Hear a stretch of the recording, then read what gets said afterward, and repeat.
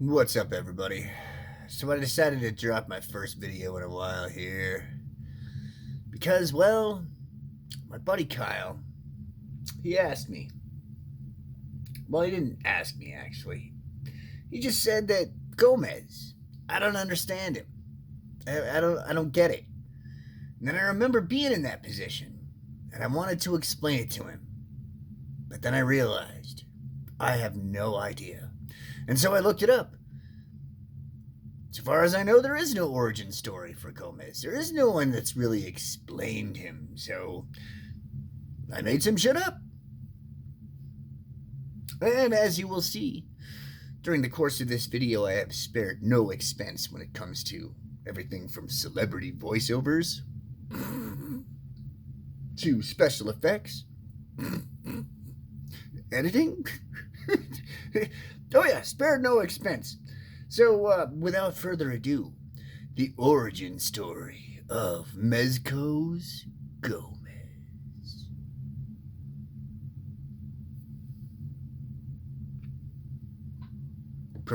Give me just a minute while the special effects take place here. Yeah.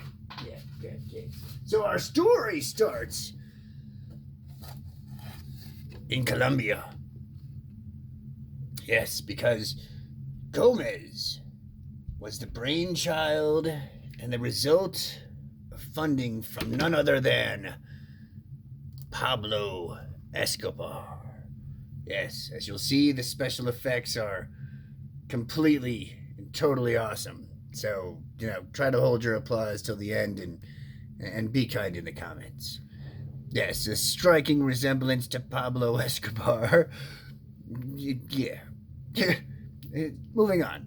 Pablo Escobar decided to fund some genetic research. And, during the time it was very rudimentary. Well, what he was hoping to accomplish in all of his, billions and evil and nefarious schemes was obviously to develop the ultimate spy. So what he wanted to do was take the most brilliant human being that he knew or that he could find or that existed and lace its genetics or lace its DNA with that of a common cockroach to create the perfect spies.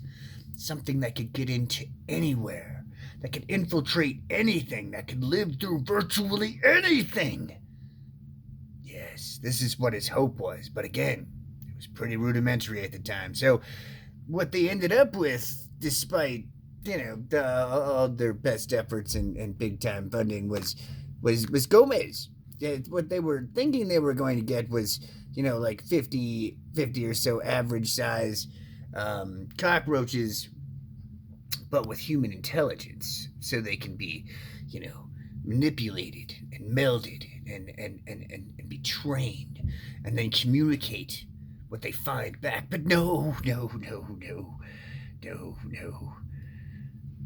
Gomez was the result of the DNA of the smartest man that they knew at the time, Bobby Fischer. Chess genius, master strategist. He was in the area. And, they sent a few ladies his way, and then this happened, that happened, And over a game of chess, they commensurated and got some DNA. And, and then they laced it with a common cockroach who ultimately killed herself, creating a sack to protect her what they thought was going to be 50 separate or so, a normal sized batch of cockroaches, just maybe bigger. They didn't know, but what they got was this sack that the common cockroach mother actually died creating. It was so huge, and little Gomez, he actually became aware inside of his protective sack. Yes, the human side began taking hold in his brain, began growing slightly larger every day, and slightly smarter. He began absorbing the words of all of the various smugglers and people that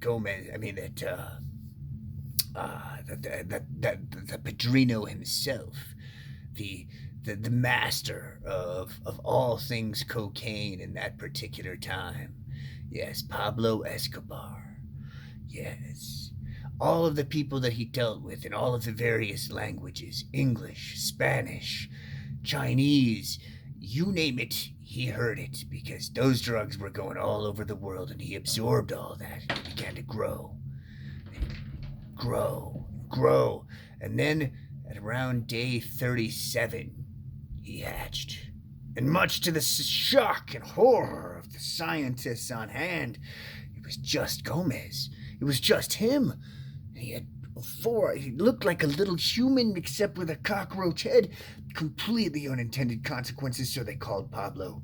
Pablo came down and he only said 2 words. Kill it. Well, what they expected, given what it looked like, was that Gomez would be helpless, that he wouldn't understand. Nonsense, he also had cockroach in him. Very, very quickly he scurried off the table and ran, and inside the big house of Pablo Escobar. He scurried in, and he began to live. For years and years, 5 years is all it took for him to grow to maturity. And then, after 5 years, he was coaxed out by Pablo's beautiful wife. Thought she could find a use for him. And then upon seeing Gomez, who had taken his name from the lead scientist who Pablo shot in the face for the failed experiment. Yes, Gomez emerged from the wall, and he could speak and communicate, and Pablo knew right away that he had what he wanted to begin with, to just look different from what he expected. And so, the job that Pablo had for him was fear. He would infiltrate anywhere. He would spy. He would create terror amongst his enemies. And then when the time came, he began to train as an assassin under Pablo Escobar and his main cabal of assassins. Yes. He developed skills in all sorts of armaments. Small firearms, long rifles, sniper rifles, hand-to-hand combat. The best in the world were flown to make Gomez the deadliest thing ever. They didn't know he was a roach, because he always trained in a mask. They just thought, who knows what they thought, and for the millions they were paid, they didn't really give a shit. But they trained Gomez and he became the deadliest assassin anyone could ever imagine. But only Pablo and his wife knew what Gomez was. And so when the Medellin cartel had finally fell, it crumbled, Gomez was left without a boss and a myriad of skills and knowledge. But wait. He knew where the cash was buried. So yes, he went and dug up $85 million in cash. And he began chewing off his own little piece of the business left behind by Pablo. Yes. It wasn't long, though, before he realized that this is a losing situation. There's no way to win. So instead, he parlayed the death of Pablo Escobar and the splintering of the organization, the scramble, the power vacuum.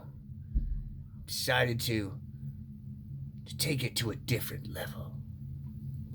Instead of becoming or being a drug dealer or a drug smuggler, no.